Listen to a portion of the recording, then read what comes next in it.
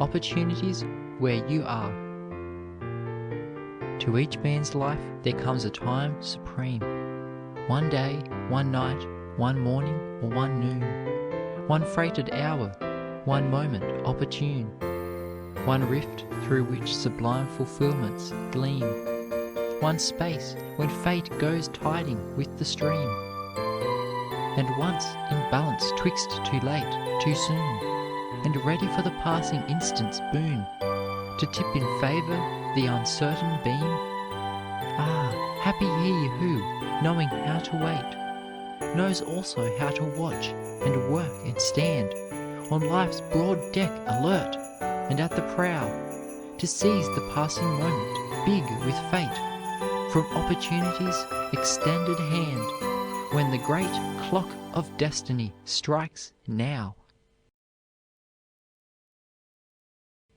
What is opportunity to a man who can't use it? An unfecundated egg, which the waves of time wash away into naught. The secret of success in life is for a man to be ready for his opportunity when it comes.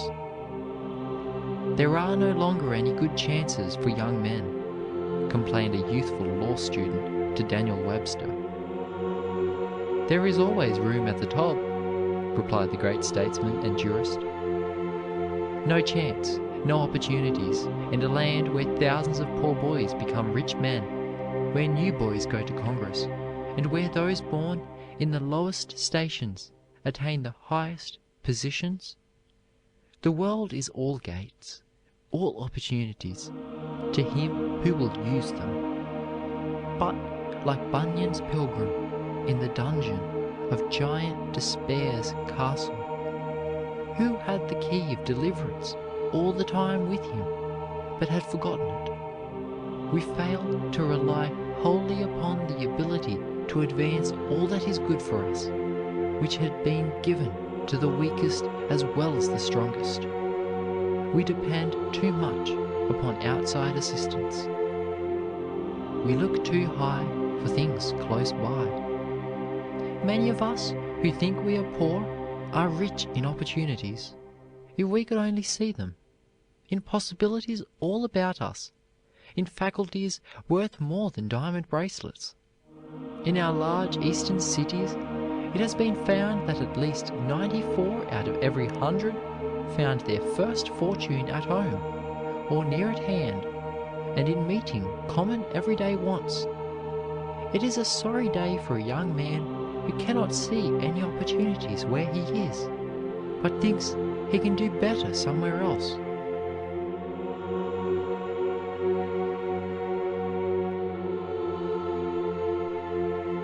Some Brazilian shepherds organized a party to go to California to dig gold, and took along a handful of translucent pebbles to play checkers with on the voyage.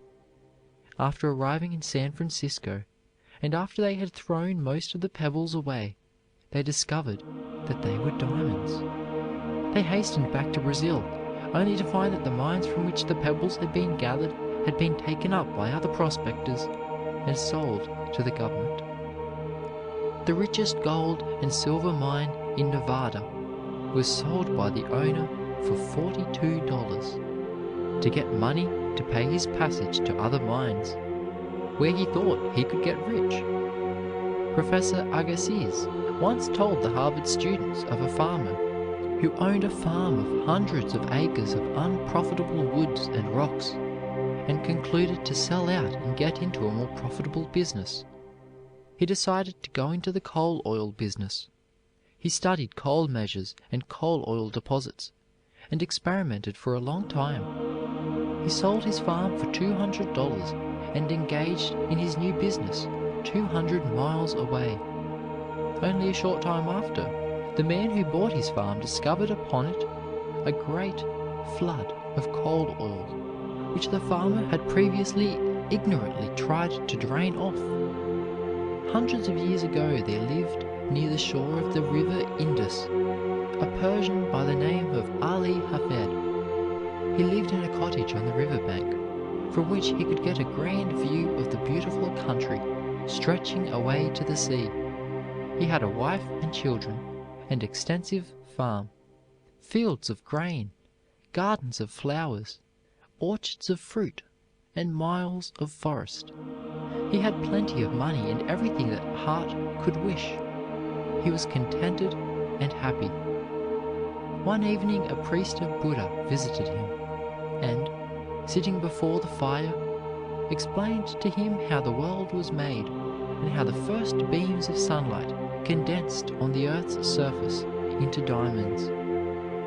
The old priest told that a drop of sunlight the size of his thumb was worth more than large mines of copper, silver, or gold, that with one of them he could buy many farms like his, that with a handful he could buy a province, and with a mine of diamonds he could purchase a kingdom. Ali Hafed listened and was no longer a rich man. He had been touched with discontent, and with that all wealth vanishes. Early the next morning he woke the priest who had been the cause of his unhappiness, and anxiously asked him where he could find a mine of diamonds. "What do you want of diamonds?" asked the astonished priest. "I want to be rich and place my children on thrones." "All you have to do is to go and search until you find them," said the priest. "But where shall I go?" asked the poor farmer. "Go anywhere, north, south, east, or west." "How shall I know when I have found the place?" "When you find a river running over white sands between high mountain ranges. In those white sands you will find diamonds," answered the priest. The discontented man sold the farm for what he could get, left his family with a neighbor, took the money he had at interest, and went to search for the coveted treasure. Over the mountains of Arabia, through Palestine and Egypt, he wandered for years, but found no diamonds. When his money was all gone and starvation stared him in the face, ashamed of his folly and of his rags, poor Ali Hafed threw himself into the tide and was drowned.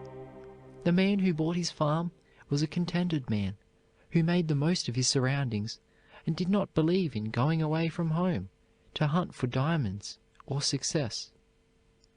While his camel was drinking in the garden one day, he noticed a flash of light from the white sands of the brook. He picked up a pebble, and pleased with its brilliant hues, took it into the house, put it on the shelf near the fireplace, and forgot all about it. The old priest of Buddha, who had filled Ali Hafed with the fatal discontent, called one day upon the new owner of the farm. He had no sooner entered the room than his eye caught that flash of light from the stone. "Here's a diamond! Here's a diamond!" he shouted in great excitement. "Has Ali Hafed returned?" "No," said the farmer, "nor is that a diamond. That is but a stone." They went into the garden and stirred up the white sand with their fingers, and behold, other diamonds more beautiful than the first gleamed out of it. So the famous diamond beds of Golconda were discovered. Had Ali Hafed been content to remain at home and dug in his own garden, instead of going abroad in search for wealth, he would have been one of the richest men in the world, for the entire farm abounded in the richest of gems. You have your own special place and work. Find it, fill it. Scarcely a boy or girl will read these lines, but has much better opportunity to win success than Garfield, Wilson, Franklin, Lincoln, Harriet Beecher Stowe, Francis Willard, and thousands of others had. But to succeed, you must be prepared to seize and improve the opportunity when it comes. Remember that 4 things come not back: the spoken word, the sped arrow, the past life, and the neglected opportunity. It is one of the paradoxes of civilization that the more opportunities are utilized, the more new ones are thereby created. New openings are as easy to find as ever to those who do their best, although it is not so easy as formerly to obtain great distinction in the old lines, because the standard has advanced so much and competition has so greatly increased. "The world is no longer clay," said Emerson, "but rather iron in the hands of its workers, and men have got to hammer out a place for themselves by steady and rugged blows. Thousands of men have made fortunes out of trifles which others pass by. As the bee gets honey from the same flower from which the spider gets poison, so some men will get a fortune out of the commonest and meanest things, as scraps of leather, cotton, waste, slag, iron fillings, from which others get only poverty and failure. There is scarcely a thing which contributes to the welfare and comfort of humanity, scarcely an article of household furniture, a kitchen utensil, an article of clothing or of food, that is not capable of an improvement in which there may be a fortune. Opportunities, they are all around us. Forces of nature plead to be used in the service of man, as lightning for ages tried to attract his attention to the great force of electricity, which would do his drudgery and leave him to develop the God-given powers within him. There is power lying latent everywhere, waiting for the observant eye to discover it. First find out what the world needs, and then supply the want.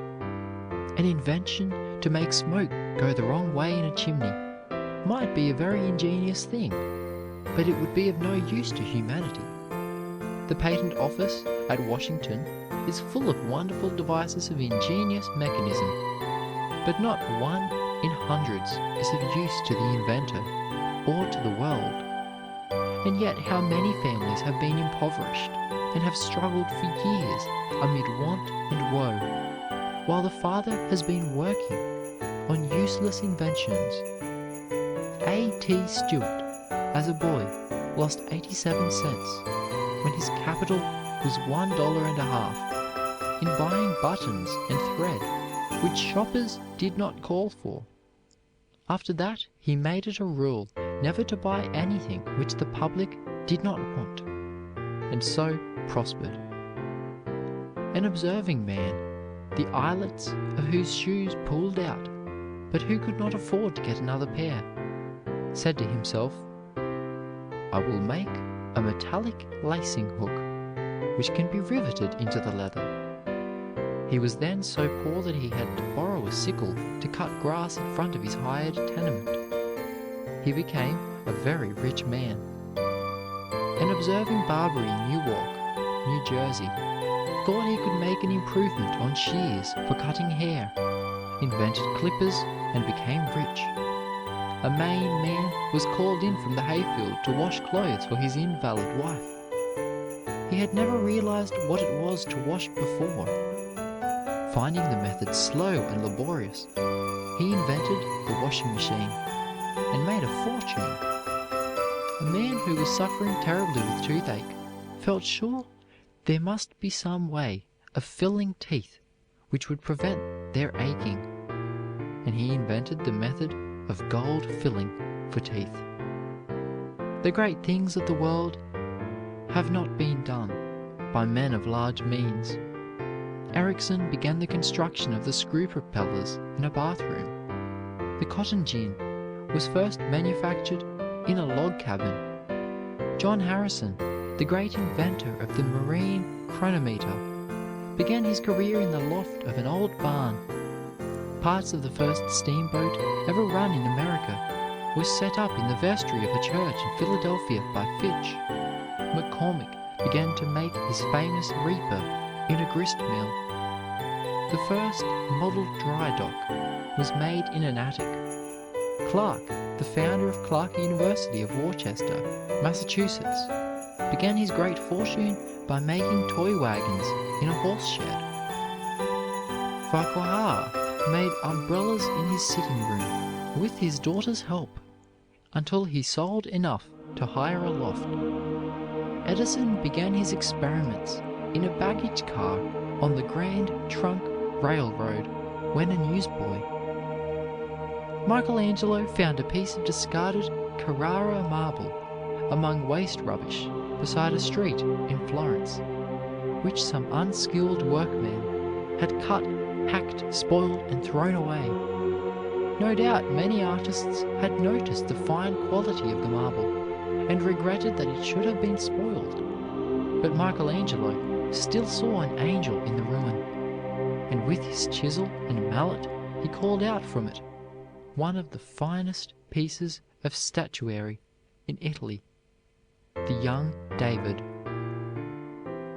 Patrick Henry was called a lazy boy, a good-for-nothing farmer, and he failed as a merchant.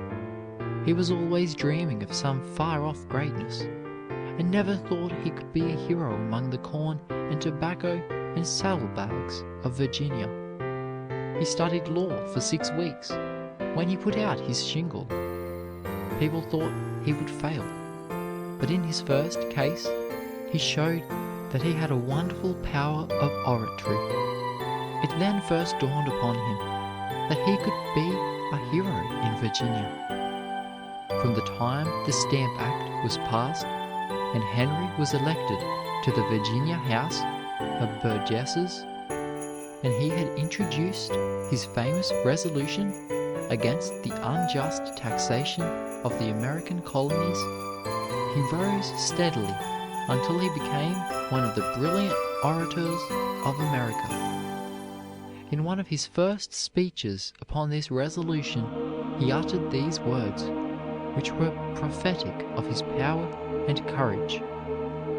Caesar had his Brutus, Charles I his Cromwell, and George III may profit by their example. If this be treason, make the most of it. The great natural philosopher Faraday, who was the son of a blacksmith, wrote, when a young man, to Humphrey Davy, asking for employment at the Royal Institution. Davy consulted a friend on the matter. Here is a letter from a young man named Faraday. He has been attending my lectures and wants me to give him employment at the Royal Institution. What can I do? Do? Put him to washing bottles. If he is good for anything, he will do it directly. If he refuses, he is good for nothing. But the boy who could experiment in the attic of an apothecary shop with an old pan and glass vials during every moment he could snatch from his work, saw an opportunity in washing bottles, which led to a professorship at the Royal Academy at Woolwich. Tyndall said of this boy with no chance, "He is the greatest experimental philosopher the world has ever seen." He became the wonder of his age in science. There is a legend of an artist who long sought for a piece of sandalwood, out of which to carve a Madonna. He was about to give up in despair, leaving the vision of his life unrealized, when in a dream he was bidden to carve his Madonna from a block of wood which was destined for the fire. He obeyed and produced a masterpiece from a log of common firewood. Many of us lose great opportunities in life by waiting to find sandalwood for our carvings, when they really lie hidden in the common logs that we burn. One man goes through life without seeing chances for doing anything great, while another close beside him snatches from the same circumstances and privileges opportunities for achieving grand results. Opportunities? America is another name for opportunities. Our whole history appears like a last effort of divine providence in behalf of the human race. Never before were there such grand openings, such chances, such opportunities. Especially is this true for girls and young women. A new era is dawning for them. Hundreds of occupations and professions which were closed to them only a few years ago, are now inviting them to enter. We cannot all of us, perhaps, make great discoveries like Newton, Faraday, Edison, and Thomson, or paint immortal pictures like an Angelo or a Raphael.